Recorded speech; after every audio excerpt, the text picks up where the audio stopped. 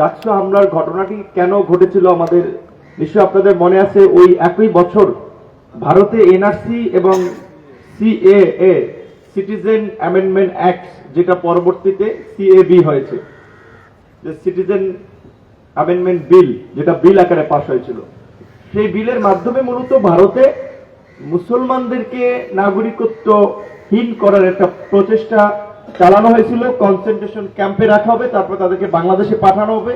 এটা ভারতের যে উগ্র হিন্দুত্ববাদী দল বিজেপি, তাদের একটা পলিসি ছিল। আমরা ভারতের সেই এনআরসি এবং সিএবি সেটার প্রতিবাদে একটা প্রেস রিলিজ দিয়েছিলাম। আকরাম, নাহিদ এবং সে পরে জানতে পারলাম মাহফুজ নোট করেছে, এখন যে আমাদের উপদেষ্টা মাহফুজ বললো, ভাই এটা তো লিখছে কে জানেন? আমি বলছি না, সেটা আমি জানি না, আকরামকে দায়িত্ব দিয়েছিলাম। সেদিন গণভবনে বললো ওটা কিন্তু আমার লেখা ছিল। তো যাই হোক, সেই আমরা একটা বিবৃতি দিয়েছিলাম, সেইটাকে কেন্দ্র করেই মূলত এই হামলা এবং এই তৎপরতা। আপনার প্রথম আমাদেরকে বাধা দেওয়া হয়েছিল। সাদ্দাম ডাকসুর উপরে, যেহেতু পাশের রুমেই বসতাম, আমি তো এই রুমে বসতাম, আমি বলছিল ভাই দেশে অনেক ইস্যু আছে, সেগুলো নিয়ে কথা বলো, ভারতের ইস্যু নিয়ে কোনো কথা বলো না, তাহলে কিন্তু ছাত্রলীগের ছেলেরা ঝামেলা করবে। আমি বললাম, আপনি এই দেশের একজন ছাত্র নেতা, আপনি বলেন এইটা কি আপনার বিবেক এটা সমর্থন করে যে ভারতের একটা ইস্যু নিয়ে কথা বললে ছাত্রলীগ হামলা করবে? আমি ডাকসুর ভিপি, আপনি আমার সিনিয়র ছিল, আপনি বলতাম যে আমি ভিপি, আমি একটা বিবৃতি দেব, সেটা ছাত্রলীগ নির্ধারণ করে দেবে, হামলা হইলে পরিস্থিতি প্রয়োজনে পাল্টা হবে, কিন্তু আমরা বিবৃতি দেব, আমাদের কার্যক্রম আমরা চালাবো। তো আমরা এই 22শে ডিসেম্বরের আগে 19শে ডিসেম্বর প্রথম রাজু ভাস্কর্যের ওখানে আপনার আমাদের আন্দোলন সংগ্রামে বাধা দেয়, হামলা হয়। আমার এই আঙুল এখনো এটা বাঁকা হয়ে আছে, ফ্র্যাকচার হয়েছিল। আমাদের অনেকের শনিবার দিন ঢাকা মেডিকেলে চিকিৎসার ফলো করার কথা ছিল। এপিএম সোহেল সহ ফারাবি সহ কয়েকজন যারা 19 তারিখ আহত হয়েছিল। আমরা ঢাকা মেডিকেল থেকে জাস্ট এখানে আসছি, এখান থেকে ডাকসুর রুমে, আমার রুমে বসছিলাম। কতক্ষণ পরেই ছাত্রলীগের সাদ্দাম এবং সঞ্জিত আসলো। সাদ্দাম কিছুক্ষণ কথা বললো, সঞ্জিত এসে হুমকি দামকে শুরু করলো এবং পরিষ্কারভাবেই সে বলছে এখান থেকে একজনও যেতে পারবে না। এবং সেদিন আমার কাছে সবচেয়ে অসহায় মনে হয়েছিল যে আমার সাথে স্বাভাবিকভাবেই আমরা 2018 সালের এই কোটা সংস্কার আন্দোলনের নেতৃত্ব দেওয়ার ফলে সারা দেশের ছাত্র তরুণদের মধ্যে একটা অবস্থান তৈরি হয়েছিল। ডাকসুর ভিপি হওয়ার ফলে সারা দেশের ছাত্র প্রতিনিধি অনেকেই আসে ডাকসুতে, আমি বসি। সেদিন ঢাকা কলেজের এই এখন ছাত্রলীগের প্রেসিডেন্ট সেক্রেটারি নাজমুল, কবি নজরুল কলেজের রাজ, আরো অনেকে নাম এই মুহূর্তে সবার নাম হয়তো মনে করতে পারছে না। আমার সামনে থেকে একজনকে টেনে টেনে নিয়ে যাচ্ছিল যে ওরা বহিরাগত, ওরা কেন ডাকসুর তোমার রুমে আসবে?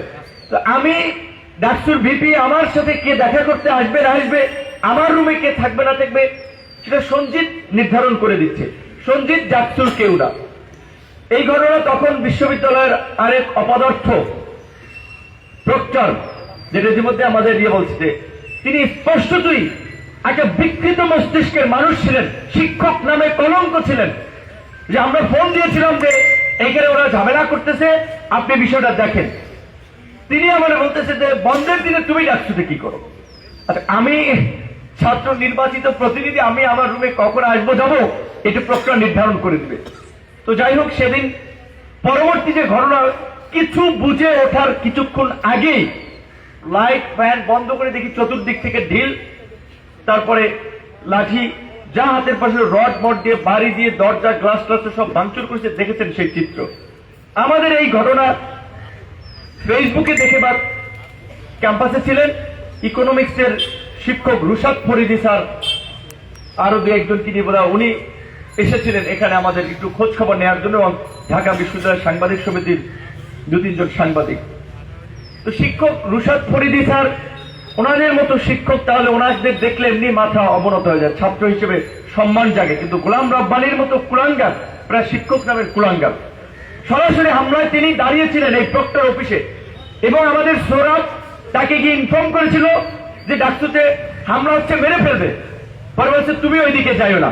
সে সব কিছু মানে জাস্ট অপারেশন তিনি করিয়েছেন থেকে, যেমনি ভাবে শেখ হাসিনার আমলে এই ছাত্রলীগের আরেক কুলাঙ্গার যারা পুলিশে এটি জিপিএফআই এনএসএ বিভিন্ন গোয়েন্দা সংস্থায় ছিলেন, তারা যখন মিলেমিশে নিরীহ আলেম ওলামাদেরকে জঙ্গি বানিয়ে বিভিন্ন বাড়ি ঘেরাও করে জঙ্গি নাটক করত, সেই অপারেশন পরিচালনা করত, ঠিক গোলাম রব্বানী তাই করেছেন। আরেক ঢাকা বিশ্বর ভিসি ছিলেন আখতারুজ্জামান, ঢাকা বিশ্বর অনেক ভিসি ছিলেন। মুক্তিযুদ্ধের সময় বিচারপতি আবু সাইদ চৌধুরী ঢাকা বিশ্বর ভিসি ছিলেন। তিনি জেনেভা একটি কনভেনশনে গিয়েছিলেন। 7ই মার্চের আক্রমণের পরে তিনি 25শে মার্চের আক্রমণের পরে তিনি ওখানে থাকেন নাই। তিনি বলেছিলেন আমার বিশ্ববিদ্যালয় আক্রান্ত, আমার ছাত্ররা আক্রান্ত, আমি থাকবো না। এবং সেই ঘটনায় তিনি পদত্যাগও করেছিলেন। বিশ্ববিদ্যালয়ের ভিসি রাজশাহী বিশ্ববিদ্যালয়ের প্রক্টর শামসুজ্জোহা পাকিস্তানিদের বিরুদ্ধে যেভাবে ছাত্রদের রক্ষা করার জন্য দাঁড়িয়েছিলেন যে তোমার বুলেট আমার ছাত্রদের গায়ে লাগার আগে আমার বুকে লাগবে, এরা শিক্ষক, তাদেরকে আমরা দেখেছি। আর এই আওয়ামী লীগ আমলে শিক্ষকদের মধ্যেও যে দানবীয় চরিত্র থাকে সেটা এই গোলাম রব্বানী আখতারুজ্জামানদের মাঝে আমরা দেখেছিলাম। কাজেই আমাদের নেতৃত্ব বলেছে অবশ্যই গত 16 বছরে নিয়মের ব্যত্যয় ঘটিয়ে অনিয়ম করে যাদেরকে শিক্ষক হিসেবে নিয়োগ দিয়েছে, কর্মকর্তা কর্মচারী হিসেবে নিয়োগ দিয়েছে, তাদের প্রত্যেককে বহিষ্কার করতে হবে।